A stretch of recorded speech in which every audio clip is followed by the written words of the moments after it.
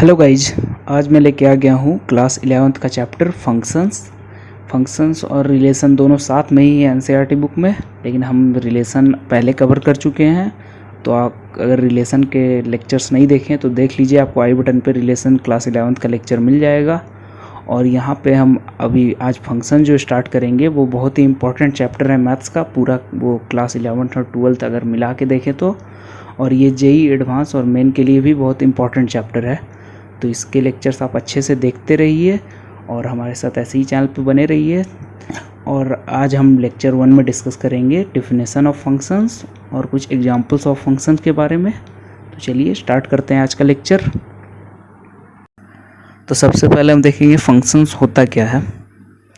तो इसका डेफिनेशन है, let A and B are two non empty sets, then a relation or rule f associates each element of a with a unique element of b is called a mapping or function from a to b।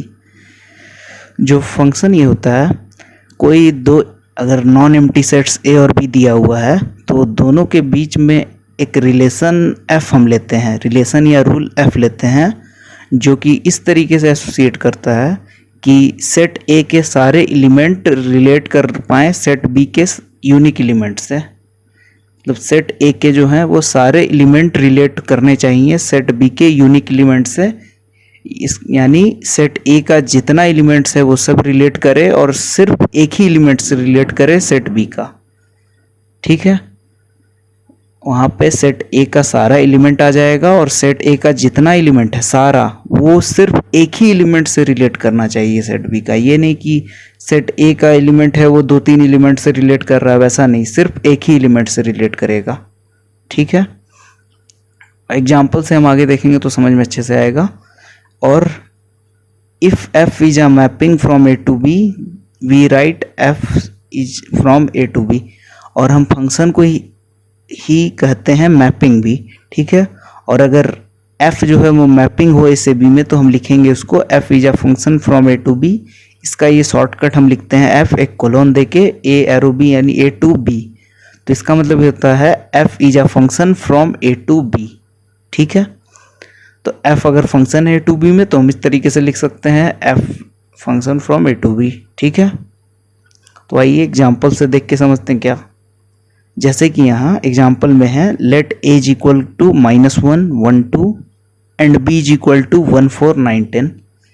ये दो set a और b दिए हैं, जहाँ पे यहाँ f is a relation from a to b और f जो है वो रिलेशन है a टू b में और f का वैल्यू दिया है -1 1 1 1 2 4। ठीक है, यहाँ पे एक रूल एसोसिएट हुआ है। यहाँ पे अगर ये एग्जाम्पल हमने रिलेशन चैप्टर में भी लिया था, वहाँ पे वो रूल था कि a is related to b such that a square equal to b, ऐसा था। तो यहाँ पे भी एक वही रूल आएगा, जिसका मतलब क्या होगा कि a का एलिमेंट का स्क्वायर b के एलिमेंट के इक्वल होगा। तो अगर हम सब का करें स्क्वायर, तो अगर a का हम सारे एलिमेंट्स का हमको करना है स्क्वायर, तो सबसे पहले -1 का करेंगे तो 1 आएगा।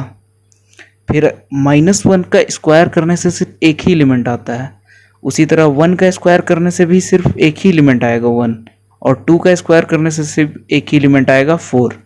इसका मतलब यहाँ क्या हुआ, जो सारे एलिमेंट्स हैं ए के वो यूनिकली इन सेट बी से रिलेट कर पाएँ।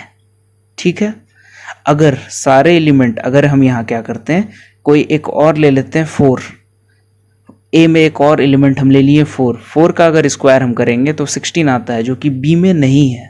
तो इसका मतलब क्या हुआ, जो सेट ए का चौथा एलिमेंट है 4, उसका कोई उसके रिलेटेड एलिमेंट नहीं है सेट बी में। इसका मतलब सारे एलिमेंट का जो कंडीशन हमने डेफिनेशन में देखा वो फॉलो नहीं हुआ, तब वो फंक्शन नहीं होता। लेकिन यहाँ फॉलो हो रहा है। यहाँ पे अगर हम देखें f में, तो यहाँ a के सारे एलिमेंट आ रहे हैं जो कि रिलेट कर रहे हैं सेट b से। और हाँ, सेट b का जो एलिमेंट है, अगर 9 और 10 देखें तो वो इसमें नहीं आ रहा है, उससे कोई दिक्कत नहीं। हमें a का सारा एलिमेंट लेना है, b का एलिमेंट बस आएगा वो रूल को फॉलो करके।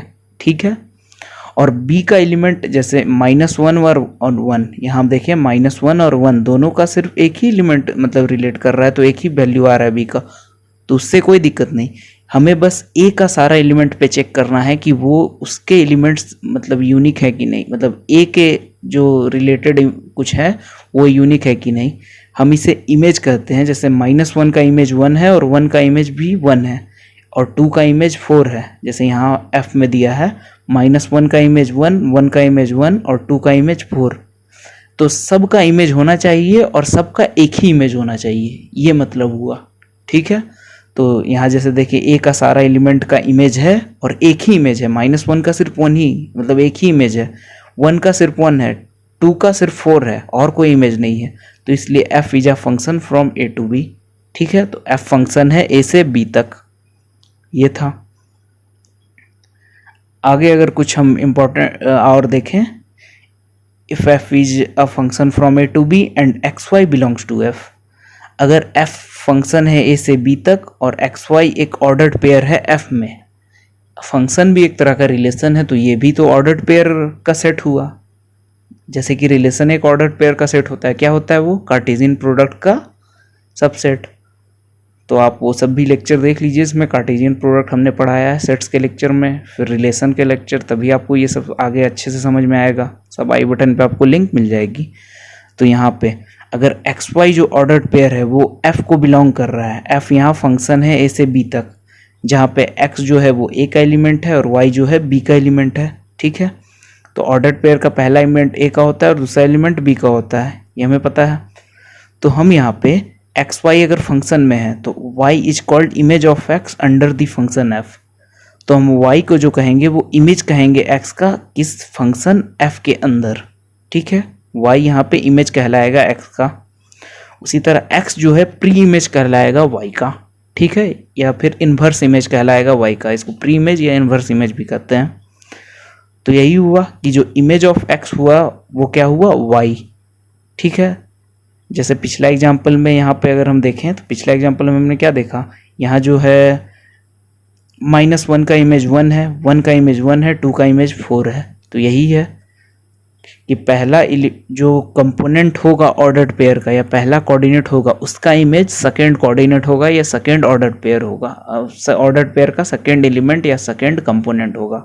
ठीक है, तो यही था प्री इमेज और इमेज। तो हमें यहाँ पता चल रहा है कि जो y है इमेज है और x है प्री इमेज है, अगर xy फंक्शन में है तो। ठीक है, उसके बाद अगर हम देखें कुछ इंपॉर्टेंट पॉइंट हैं फंक्शन से रिलेटेड, तो for a function f from a non empty set A to a non empty set B, हमें एक फंक्शन दिया है नॉन एम्प्टी सेट A से नॉन एम्प्टी सेट B। और हाँ, एक बात हमेशा हम ध्यान रखेंगे कि फंक्शन में हमेशा नॉन एम्प्टी सेट होगा, ऐसा सेट नहीं होगा जिसमें कोई एलिमेंट ना हो, उसमें कुछ ना कुछ एलिमेंट्स होंगे ही। तो इसलिए हम हमेशा लिखते आ रहे हैं non empty set A to a non empty set B। ठीक है, तो अगर वहाँ हम देखें तो पहला पॉइंट है each element of A should have a unique image in B, should have a image in B, सारे एलिमेंट A का एक इमेज होना चाहिए B में। ठीक है, मतलब सारे एलिमेंट का एक इमेज होना चाहिए, ऐसा नहीं कि सेट A के जितने एलिमेंट्स हम कोई इमेज किसी के छोड़ दिए, रिलेशन में छोड़ सकते हैं, लेकिन फंक्शन में सारे एलिमेंट्स के इमेज होने चाहिए। ठीक है, तभी वो फंक्शन होगा। No element of A should have more than one image in B। Second point है कोई भी एलिमेंट नहीं होगा A का जिसका एक से ज़्यादा इमेज होगा B में। ठीक है, कोई भी एलिमेंट सेट A का नहीं होना चाहिए जिसके एक से ज़्यादा इमेज हमें दिखे। ठीक है, अगर एक से ज़्यादा इमेज है तो वो फंक्शन नहीं होगा। ठीक है, तो फंक्शन होने के लिए सिर्फ एक इमेज होना चाहिए और सारे एलिमेंट का इमेज होना चाहिए सेट A का। ठीक है, उसके बाद थर्ड पॉइंट, टू और more elements of A may have same image in B। दो या दो से अधिक अगर एलिमेंट्स A का है जिनका सेम इमेज है तो भी वो फंक्शन होगा, उससे कोई दिक्कत नहीं। ऊपर के दो पॉइंट्स ये जो हैं दो, ये फॉलो होने चाहिए। उसके बाद अगर ये तीसरा ये पॉइंट फॉलो होता है तो कोई दिक्कत नहीं है। ठीक है, हमें मेनली ये दो पॉइंट को चेक करना है, तभी हमें फंक्शन का पता चलेगा।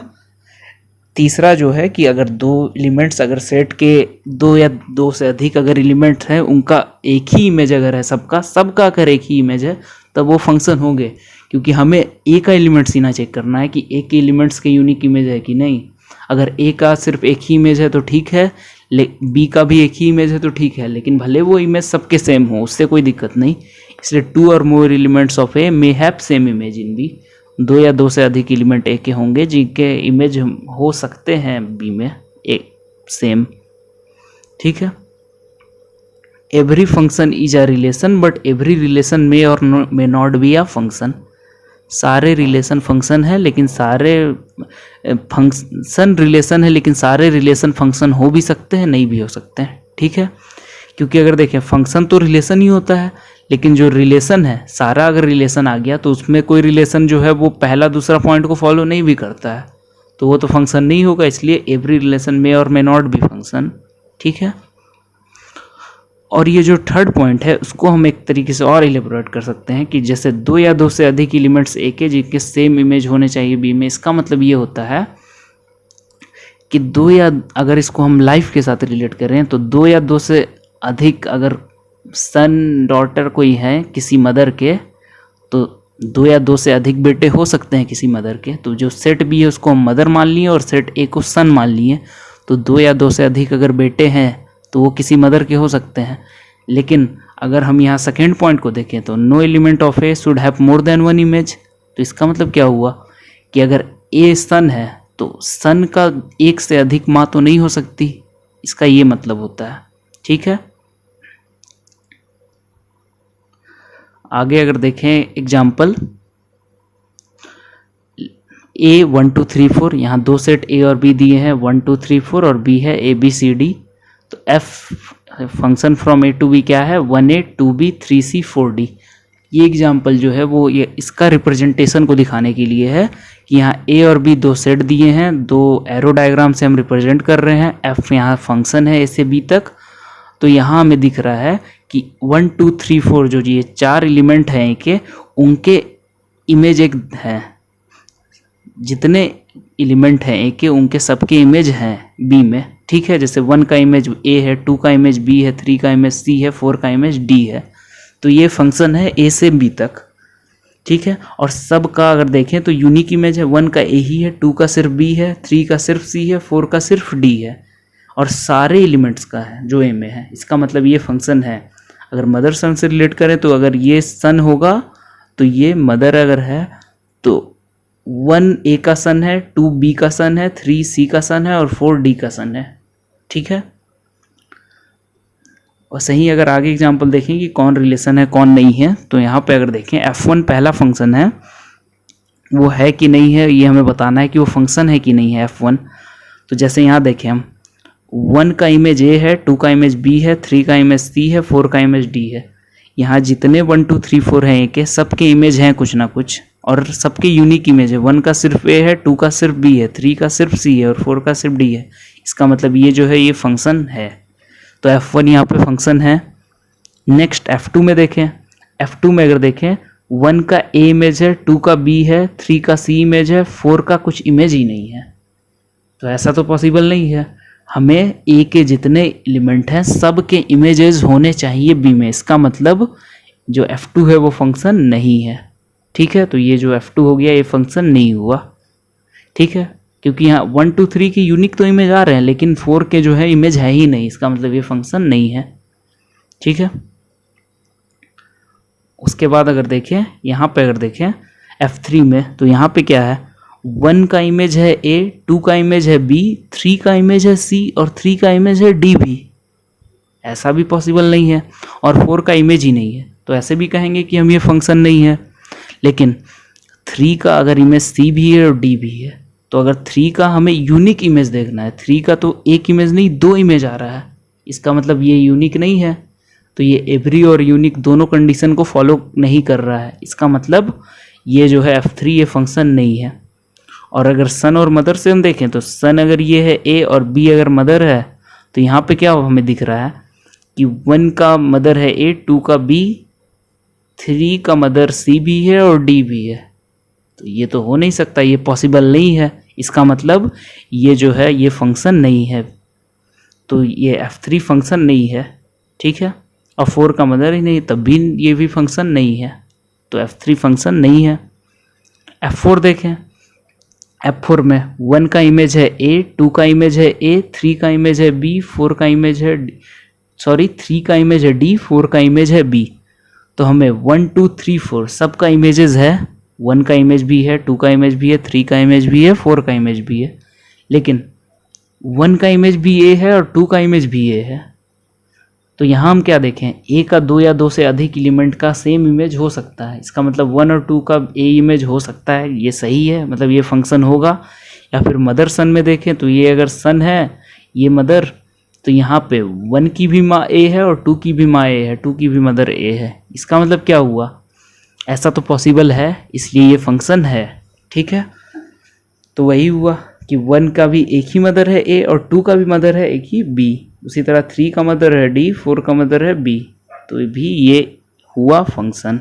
ठीक है, लेकिन यहाँ पे F3 में हमने क्या देखा था कि 3 का 2 मदर थी, तो ये पॉसिबल तो है नहीं, इसलिए ये फंक्शन नहीं था, लेकिन F4 फंक्शन है।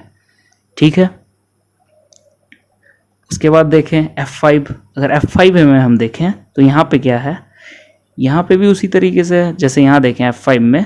तो यहाँ पे क्या है, देखिए 1 का मदर ए, 2 का मदर बी, 3 का मदर ए, 1 2 3 यहाँ तीनों का मदर ए है, या फिर 1 2 3 तीनों ए से रिलेट कर रहा है, लेकिन यूनिक 1 भी सिर्फ ए से रिलेट कर रहा है, 2 भी सिर्फ ए से रिलेट कर रहा है, और 3 भी सिर्फ ए से रिलेट कर रहा है, और 4 सिर्फ सी से रिलेट कर रहा है। इसका मतलब every element of A related to unique element of B, क्योंकि सारे एलिमेंट ए के रिलेट कर रहे हैं एलिमेंट बी के साथ, लेकिन सिर्फ एक ही एलिमेंट के साथ। इसका मतलब ये फंक्शन है। So here F5 is also a function. Now come to F6। अगर F6 की तरफ हम देखें तो यहाँ अगर हम देखें तो 1 किसी से रिलेट ही नहीं कर रहा है, 2 किसी से रिलेट कर रहा है, 3 नहीं कर रहा है। अगर 2 कर रहा है तो 2 अगर देखें तो A से भी कर रहा है, B से भी कर रहा है, C से भी कर रहा है। तो कहाँ गया यूनिकनेस, मतलब यहाँ यूनिक है ही नहीं। 2 का एक से ज़्यादा इमेज है, तो ये भी पॉसिबल नहीं है फंक्शन के लिए। सो F6 is not a function. ठीक है, बिकॉज इट फेल्स, तो F6 यहाँ फंक्शन नहीं होगा। उसके बाद अगर हम देखते हैं तो हम ऐसे ही देख लिए कि फंक्शन कौन है नहीं है। उसके बाद हम देखें, इसके बाद एक एग्जांपल है, if a is equal to ab and b is equal to cd represent all possible functions from a to b। दो सेट्स दिए हैं जिनमें पहला सेट्स a है, उसका एलिमेंट है ab, दूसरा सेट है b जिसका एलिमेंट है cd। तो हमें जितने रिलेशन पॉसिबल हो सके, फंक्शन जितने पॉसिबल हो सके वो बताना है। रिलेशन तो इसमें हो जाएंगे, कितने रिलेशन होंगे, जितने सबसेट होंगे तो कितने, इसका कार्टेशियन प्रोडक्ट जितने इसके होंगे रिलेशन, मतलब 2 का पावर 4, इसका प्रोडक्ट का कितने एलिमेंट आएंगे, 2 × 2, और 2 का पावर 4 उसके सबसेट, यानी 2 का पावर 4 इसमें टोटल रिलेशन होंगे। लेकिन फंक्शन के लिए हमें क्या, यूनिकनेस और एवरी को फॉलो करना होगा, मतलब सारे एलिमेंट्स ए के होने चाहिए और बी के साथ यूनिकली वो रिलेट करने चाहिए। तो उसमें क्या क्या हो जाएंगे, तो अगर वैसा होगा तो पहला जो सेट ए है वो जो है उनके सारे एलिमेंट होने चाहिए, यानी सेट ए का कोई एलिमेंट नहीं बचना चाहिए। लेकिन रिलेशन में सेट ए का बच भी जाता है, तो यहाँ पे सेट ए के सब एलिमेंट्स होने चाहिए और वो यूनिक से रिलेट करने चाहिए, मतलब ए का सिर्फ एक ही इमेज होना चाहिए या फिर बी का सिर्फ एक ही इमेज होना चाहिए। तो क्या क्या हो सकता है, तो अगर हम देखें, अगर हम यहाँ F1 फिगर में देखें तो यहाँ पे A जो है वो C के साथ रिलेट कर रहा है और B D के साथ। A और B दोनों के यूनिक इमेज हैं, इसका मतलब F1 फंक्शन है। तो एक फंक्शन हो गया F1 जिसमें दोनों का यूनिक इमेज है। उसी तरह F2 देखें, F2 में A का इमेज है C और B का भी इमेज है C, तो दोनों का जो इमेज है वो C है, लेकिन A का सिर्फ एक ही इमेज है और B का भी सिर्फ एक ही इमेज है, इसका मतलब F2 भी फंक्शन है। F3 में भी अगर देखें A और B दोनों का इमेज है D, तो ऐसा तो हो सकता है। तो इसका मतलब A, यहाँ पे भी A और B का जो है सिर्फ एक ही इमेज है, इसका मतलब F3 भी फंक्शन है। उसी तरह F4 देखें तो A D के साथ गया है और B C के साथ, तो यहाँ पे A का D के साथ इमेज है और B का इमेज C में है, इसका मतलब F4 भी फंक्शन है। तो यहाँ पे हमें सिर्फ 4 ही फंक्शन मिलेंगे, A B और C D अगर दो सेट हैं तो उनमें हमें सिर्फ 4 ही फंक्शन मिलेंगे जिनके जो 4 ही फंक्शन पॉसिबल सिर्फ होंगे इसमें, ठीक है। उसके बाद बहुत सारे रिलेशन तो होंगे 2 की पावर 4, लेकिन इसमें सिर्फ फंक्शन जो होंगे वो 4 ही रिलेशन होंगे। और क्या क्या होंगे, वही F1 F2 F3 F4 हमने निकाल दिया। अगर हम सबको अच्छे से चेक कर लेंगे तो दिख जाएगा कि ये फंक्शन है, क्योंकि ये दोनों को फॉलो कर रहा है, क्योंकि सारे के जो हैं सभी एलिमेंट्स किसी ना किसी से एसोसिएट कर रहे हैं सेट बी के, तो ये फंक्शन है। उसके बाद हम देखें, एक इम्पॉर्टेंट नोट है ये पूरा ये चैप्टर के लिए, if f is a function from a to b and xy belongs to f where x belongs to a and y belongs to b, तो function is written as y is equal to fx। अगर f a से b तक एक function है जहाँ x y जो है ordered pair f को बिलोंग कर रहा है, तो x जहाँ पे a का है एलिमेंट और y b का है, तो fx फंक्शन जो लिखाएगा वो लिखाएगा y इक्वल टू fx, ठीक है। तो y इक्वल टू fx यहाँ इस तरीके से होगा कि हम x का वैल्यू यहाँ पे पुट करते जाएंगे और y का वैल्यू हमें मिलते जाएगा, ठीक है।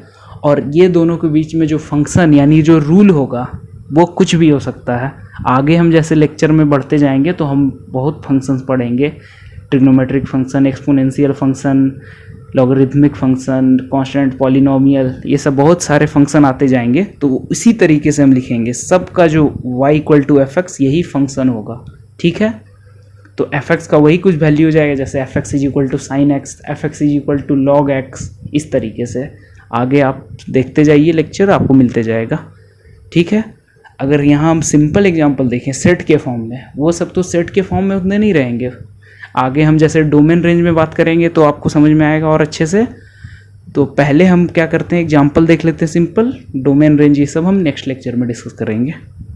तो आगे नेक्स्ट अगर एग्जांपल हम देखें, यहाँ पे a इक्वल टू 1 2 3 4 और b a b c d, वही हम पहले जो एग्जांपल एक लिए थे। तो f is a function from a to b, क्या है 1a 2b 3c 4d, यहाँ एक फंक्शन दिया है। तो हमने क्या पहले देखा कि y इक्वल टू fx होना चाहिए, यानी y जो है सेट b का एलिमेंट वो fx के इक्वल होना चाहिए, यानी फंक्शन ऑफ a x, यानी जितने सेट a के एलिमेंट हैं। तो y का एलिमेंट क्या है a b c d, तो a का b c d, तो y का पहला एलिमेंट अगर y fx के इक्वल है, तो यहाँ पे जो फंक्शन में दिया है 1a दिया है, तो जो ऑर्डर्ड पेयर में हम देखें तो सेकेंड कंपोनेंट a है, वो पहला कंपोनेंट का फंक्शन होना चाहिए, यानी a इक्वल टू f1। उसी तरह सेकेंड ऑर्डर्ड पेयर देखें, वहाँ पे जो सेकेंड कंपोनेंट है वो पहला कंपोनेंट का फंक्शन होना चाहिए, यानी b is equal to f2। ये f1 यानी fx जो हम लिखते हैं उसी को हम फंक्शन ऑफ x कहते हैं, ठीक है। तो यहाँ पे फंक्शन ऑफ 2 क्या है, फंक्शन ऑफ 2 b है, फंक्शन ऑफ 3 c है, फंक्शन ऑफ 4 d है, यही मतलब था उसका, ठीक है।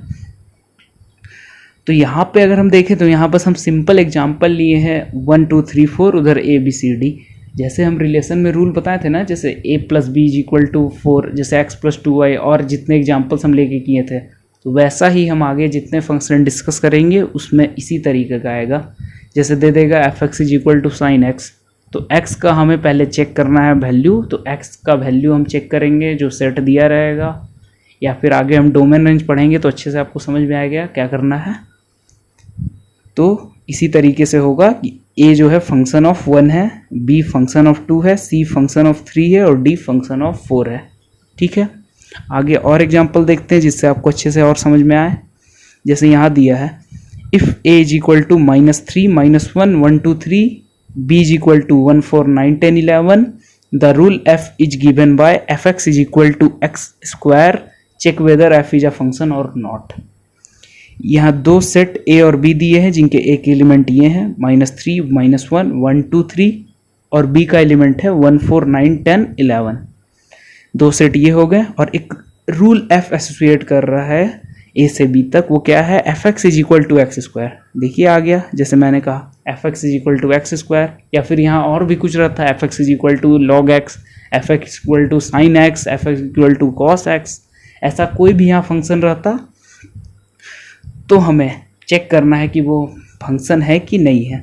तो हम क्या करते जाएंगे, x जो है वो a का एलिमेंट है, तो यहाँ जैसे f x is equal to x square है, यहाँ पे हम ऐसे भी लिख सकते हैं एफ एक्स क्या है, फंक्शन ऑफ एक्स क्या है, वाई, वाई क्या होता है, बी का एलिमेंट, तो बस यहाँ y is equal to x square दिया हुआ है, ठीक है। तो हमें ऐसा करना है कि वाई का हमें वैल्यू निकालना है एक्स का वैल्यू पुट करके, तो एक्स का वैल्यू क्या पुट करेंगे हम, ए के जितने एलिमेंट्स हैं तो वैसे ही हमें निकलेगा, तो फंक्शन ऑफ एक्स वैसे ही निकलेगा, तो वैसे ही हम निकालेंगे और चेक करेंगे कि वो फंक्शंस है कि नहीं है ये रूल पे। तो सबसे पहले हम -3 पुट करेंगे ए का एलिमेंट, तो एफ ऑफ -3 क्या आएगा, -3 स्क्वायर 9 के इक्वल। फिर -1 पुट करेंगे, एफ ऑफ -1 एक्स के जगह -1 पुट कर दिए, -1 स्क्वायर क्या आएगा 1। उसी तरह एफ ऑफ 1 मतलब 1 पुट करेंगे, फंक्शन ऑफ 1 क्या आएगा 1 स्क्वायर 1। उसी तरह F of 2 square, function of 2 4, f3 3 square 9 ये आया। तो जैसा हम देखें यहाँ -3 -1 1 2 3 हम ये सभी का ए के जितने एलिमेंट्स है उसको तो हम एसोसिएट कर दिए हैं, अब हमें चेक कर रहे हैं कि उसके जितने इमेजेस आए वो बी में है कि नहीं है। इमेज का मतलब यही हुआ कि फंक्शन ऑफ ए जितने वैल्यूज़ हमें निकले एक्स का वैल्यू पुट करने से वही हुए, ठीक है। तो सबसे पहले देखें तो हम यहाँ पे ये एरो डायग्राम बना लेते हैं। फिर तो यहाँ देखें -3 का फंक्शन 9 है, -1 1, फिर 1 का 1 है, 2 का 4 है, 3 का 9 है। तो हम यहाँ जैसे देखें सब का हमें इमेज मिल रहा है बी में, ए के जितने एलिमेंट्स हैं उसका इमेज हमें बी में मिल गया। किसके चलते, कौन से रूल के चलते, जो ये f x is equal to x square rule है उसके चलते हमें ये मिल गया। तो इसका मतलब जो है एफ यहाँ पे फंक्शन है, क्योंकि हमें सारे एलिमेंट्स का इमेज मिल रहा है और यूनिक ही मिल रहा है क्योंकि सबका हम अलग अलग ही निकाल रहे हैं। तो ये फंक्शन है, तो यहाँ पे एफ है फंक्शन है ए से बी तक, ठीक है। तो यही हमें चेक करना था। वैसे ही नेक्स्ट एग्जांपल देखें। नेक्स्ट एग्जांपल है if a is equal to -1 0 1, b is equal to 0 1 2 3, the rule f is given by f x is equal to x cube plus x, check whether f is a function और not. यहाँ पे एक set a है और b दूसरा set है, तो यहाँ पे एक रूल है जो f x is equal to x cube plus x है। तो चेक हमें करना है कि ये f है फंक्शन है कि नहीं है ए से b तक। तो वही हम क्या करेंगे, ए के जितने एलिमेंट्स हैं उनके वैल्यूज हमें पुट कर देंगे एक्स की जगह पे और यहाँ पे एफ एक्स का वैल्यू निकाल लेंगे। तो एफ एक्स का वैल्यू क्या आएगा, जो कि वाई के इक्वल होगा, जो मतलब सेट बी का आना चाहिए। तो वही हम देखेंगे। तो सबसे पहले एफ ऑफ -1 हम निकालें, तो एफ ऑफ -1 क्या होएगा, एक्स के जगह हम -1 पुट कर दिए तो क्या होगा -1 क्यूब प्लस -1 -2 आया। एफ ऑफ -1 जो आया वो -2 आया। उसी तरह एफ ऑफ 0 पुट करेंगे तो क्या आएगा 0 क्यूब प्लस 0 0। उसी तरह एफ ऑफ 1 क्यूब प्लस 1 2। तो हमें एक्स का वैल्यू पुट करने से ये मिला, मतलब ए के हम सारे जो एलिमेंट्स हैं उनको पुट किए तो हमें ये मिला। उसी को हम अगर ये एरो डायग्राम बना दें तो क्या हम करेंगे, सबका इमेज बनाएंगे। तो एफ ऑफ -1, तो -1 का हम इमेज अगर देखें तो -1 जो सेट ए में है उसका इमेज -2 वो तो सेट बी में कहीं हमें दिख ही नहीं रहा है। इसका मतलब -1 का कोई इमेज ही नहीं है सेट बी में। उसी तरह 0 का इमेज है 0। उसी तरह एफ ऑफ 1 का इमेज 2, तो 1 का इमेज 2 है। तो इमेज ये हमें पता चल के कैसे गया, ये इस रूल जो एफ एक्स दिया है एक्स क्यूब प्लस एक्स, इस रूल में फॉलो कर रहा है कि नहीं। तो यहाँ हम जैसे देखें -1 का कोई इमेज ही नहीं है। इसका मतलब क्या हुआ, सेट ए से बी तक अगर हमें फंक्शन देख रहे हैं तो सेट ए का कोई एलिमेंट का इमेज ही नहीं है, या फिर वो किसी से रिलेट ही नहीं कर रहा है सेट बी से किसी से। तो इसका मतलब क्या हुआ, सारे एलिमेंट्स करने चाहिए तभी वो फंक्शन होते हैं, लेकिन यहाँ तो वो नहीं हो रहा है। इसका मतलब ये फंक्शन नहीं है, क्योंकि यहाँ -1 का कोई इमेज एग्जिस्ट नहीं कर रहा है सेट बी में। तो हम कहेंगे f is not a function from a to b, ठीक है। अगर -1 को कोई इमेज हमें मिल जाता तो वो फंक्शन हो जाता, लेकिन यहाँ -1 का हमें कोई फंक्शन नहीं, कोई हमें नहीं मिल पा रहा है इमेज, इसलिए ये फंक्शन नहीं है, ठीक है। तो इसका मतलब ये नहीं है, ओके। तो बस यही था।